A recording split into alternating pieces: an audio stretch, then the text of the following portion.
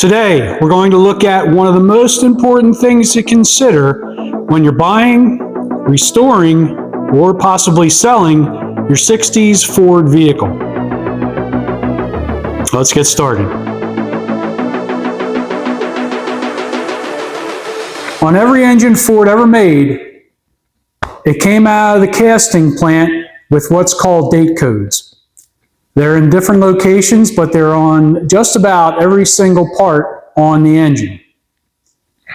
You'll have date code on the block, cylinder heads, the intake, bell housings, exhaust manifolds, carburetors, pretty much everything except for the internal parts like the crankshaft, camshaft, rods, pistons. Those are items that they didn't do anything with as far as dating them. Here's a quick rundown of how the date coding system works. The first digit was a number, and that corresponded with the year the part was cast. The second digit was a letter, and that corresponded with the month the part was cast. The I is excluded to prevent confusion with the number 1. And finally, the third digit was a number, and that corresponded with the day of the month that the part was cast. This is mainly done for warranty purposes, but it's a very useful tool to be able to decode whether the engine in your car, your Ford car, is original to the car or not. What Ford did, there would also be an assembly date or what some call a final assembly date of the car. And that was traditionally put on the door data plate or warranty tag on the vehicle after it was fully assembled. And that date should correspond fairly closely to the other date codes on the car. Now here goes another thing.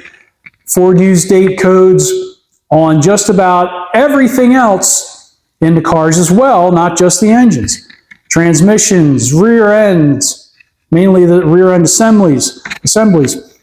They use it on sheet metal, on frame components, not so much on chassis components because they were made by outside sources.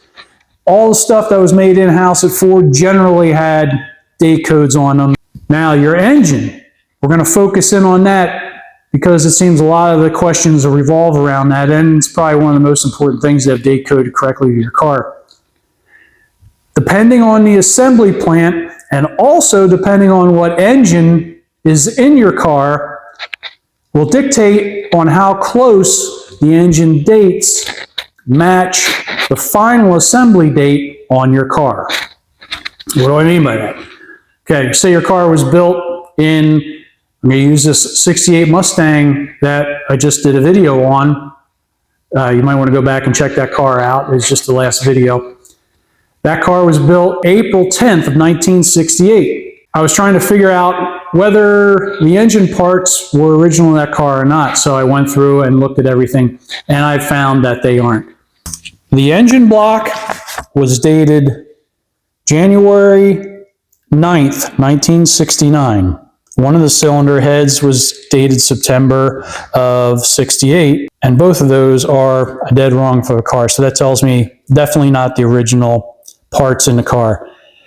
The one head was dated March of 1968, and that does line up with the assembly or final assembly date of the car, along with the intake manifold, which is in March, and the bell housing, which is also in March.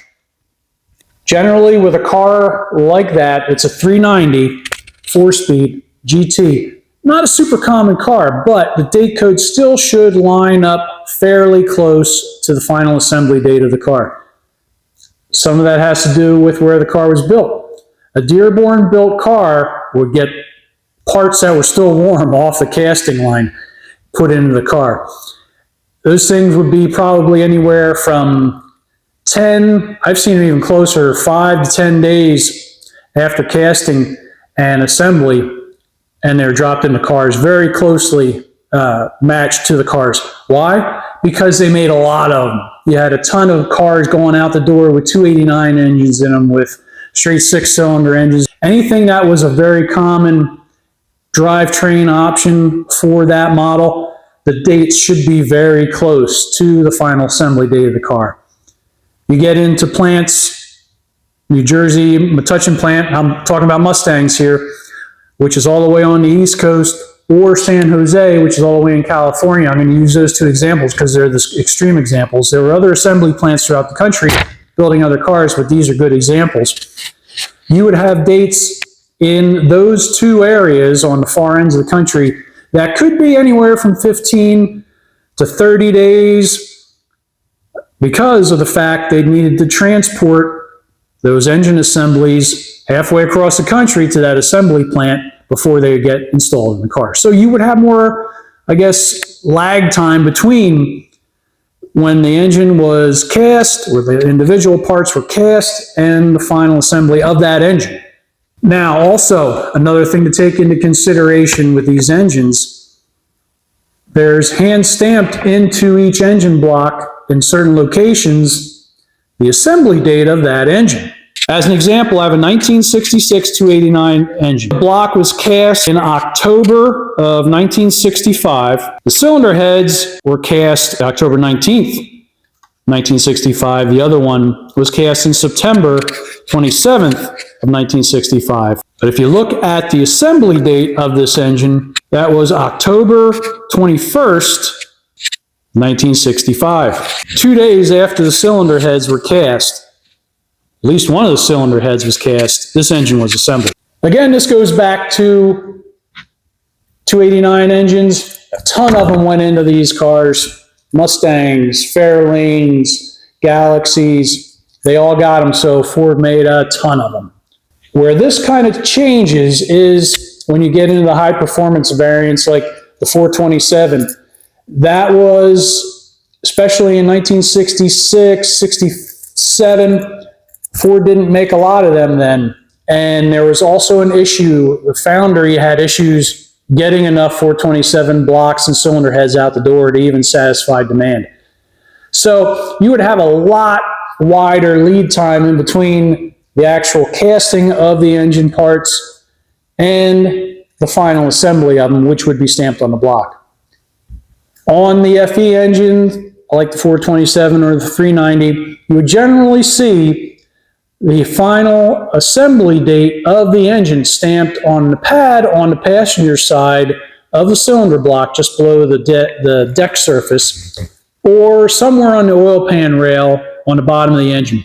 It all depends. It seemed to me that the earlier engines, say pre-65-ish, give or take, they would generally have those dates stamped on that pad right below the deck surface. The later blocks, you would see them done along the oil pan rail. I haven't seen them stamped anywhere else. On the small blocks, as I had just shown before, there was a little pad right by the water pump on the passenger side, and that's where you'll find that stamp. Realize that was a lot of information, a lot to soak in, but it's some questions that I've been asked through the years is how the heck do I figure out what's the correct engine or not for this car? Those are some of the ways. Past January 1968, when the feds mandated that VIN stamps or partial VIN stamps needed to be on engine and transmissions, you can pretty much tell if the engine is original car or not if it doesn't have the VIN stamped into it. You would find that generally on transmissions, sometimes they would put them on the top of the transmissions on the 4-speeds, sometimes on the sides on the automatics. On the engines, you would see it on the top of the block in the back. Again, not real easy areas to see. You had to really look for them, and that was generally to kind of fool thieves if they were to take your car apart, steal it, take it apart, strip it, and try to sell the parts.